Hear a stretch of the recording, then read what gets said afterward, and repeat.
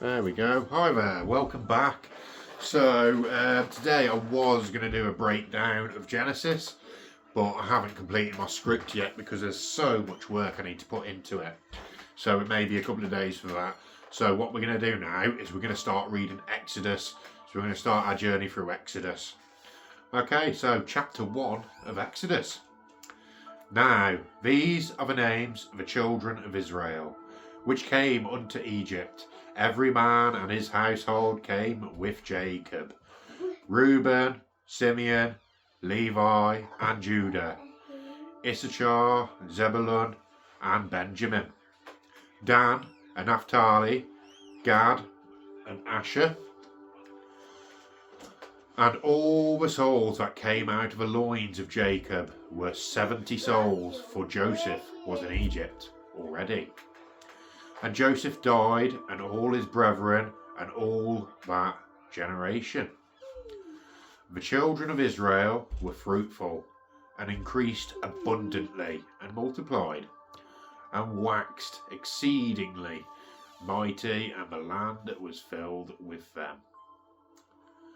Now there arose up a new king over Egypt, which knew not Joseph. And he said unto his people, Behold, the people of the children of Israel are more and mightier than we.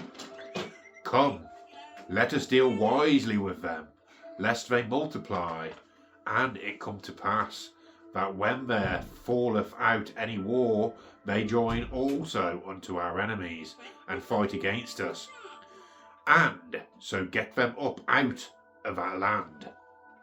Therefore they did set them taskmasters to afflict them with their burdens, and they built for Pharaoh treasure cities, Pithom and Ramesses. But the more they afflicted them, the more they multiplied and grew, and they were grieved because of the children of Israel.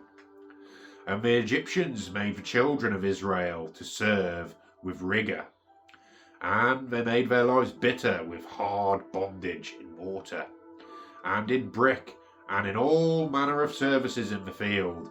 All their services wherein they made them serve was with rigour. And the king of Egypt spake the Hebrew midwives, of which the name of one was Siphrah, and the name of the other was Puah.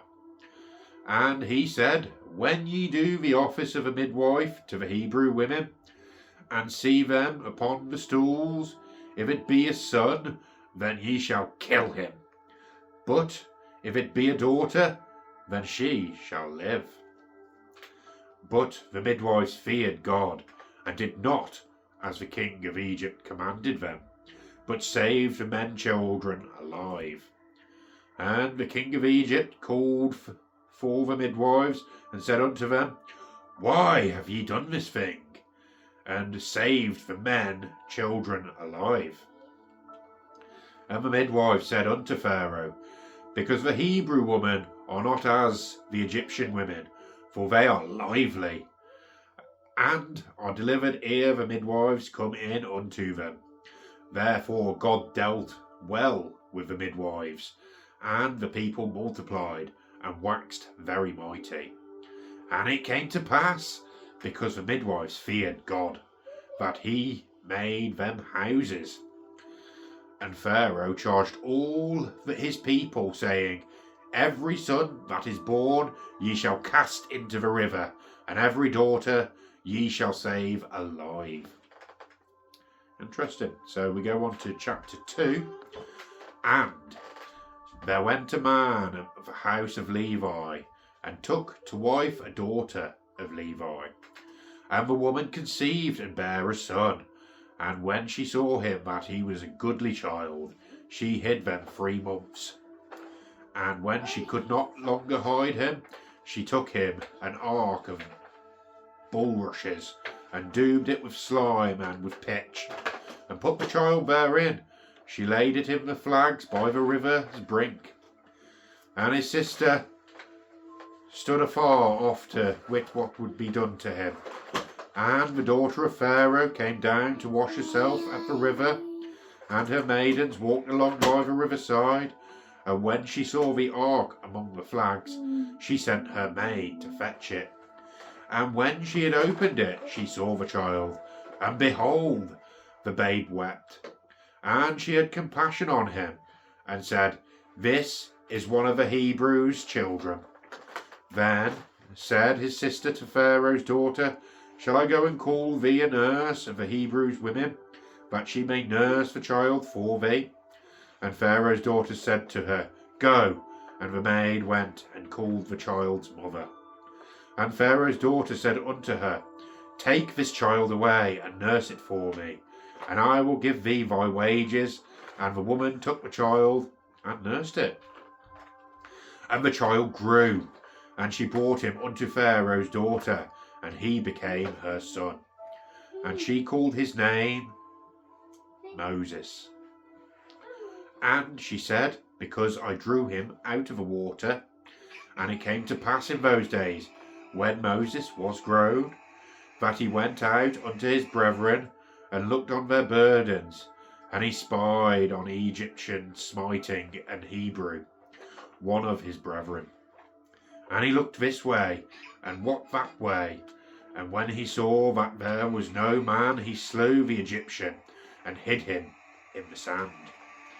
So, that means Moses already committed murder. And when he went out the second day, behold, 2 men of the Hebrews strove together. And he said to him that did the wrong, Wherefore smitest thou thy fellow? And he said, Who made thee a prince and a judge over us? Intendest thou to kill me, as thou killest the Egyptian? And Moses feared, and said, Surely this thing is known. Now when Pharaoh heard this thing, he sought to slay Moses. But Moses fled from the face of Pharaoh, and dwelt in the land of Midian, and he sat down by a well. Now the priest of Midian had 7 daughters, and they came and drew water, and filled the troughs to water their father's flock. And the shepherds came and drove them away, but Moses stood up and helped him, and watered their flock. And when they came to Reuel their father, he said, How is it that ye are come so soon today? And they said, An Egyptian delivered us out of the hand of the shepherds, and also drew water enough for us, and watered the flock. And he said unto his daughters, And where is he? Why is it that ye have left the man? Call him, that he may eat bread.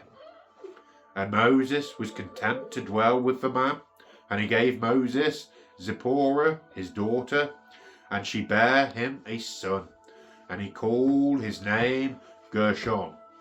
For he said, I have been a stranger in a strange land. And it came to pass in process of time that the king of Egypt died, and the children of Israel sighed by reason of the bondage. And they cried, and their cry came up unto God by reason of the bondage. And God heard their groaning, and God remembered his covenant with Abraham, with Isaac, and with Jacob. And God looked upon the children of Israel, and God had respect unto them. And that was Exodus chapters 1 and 2. So I think we'll end that today for that, and we will catch you again soon, and hopefully I can soon finish this script for compiling all of Genesis. So okay, catch you soon, bye. Oh.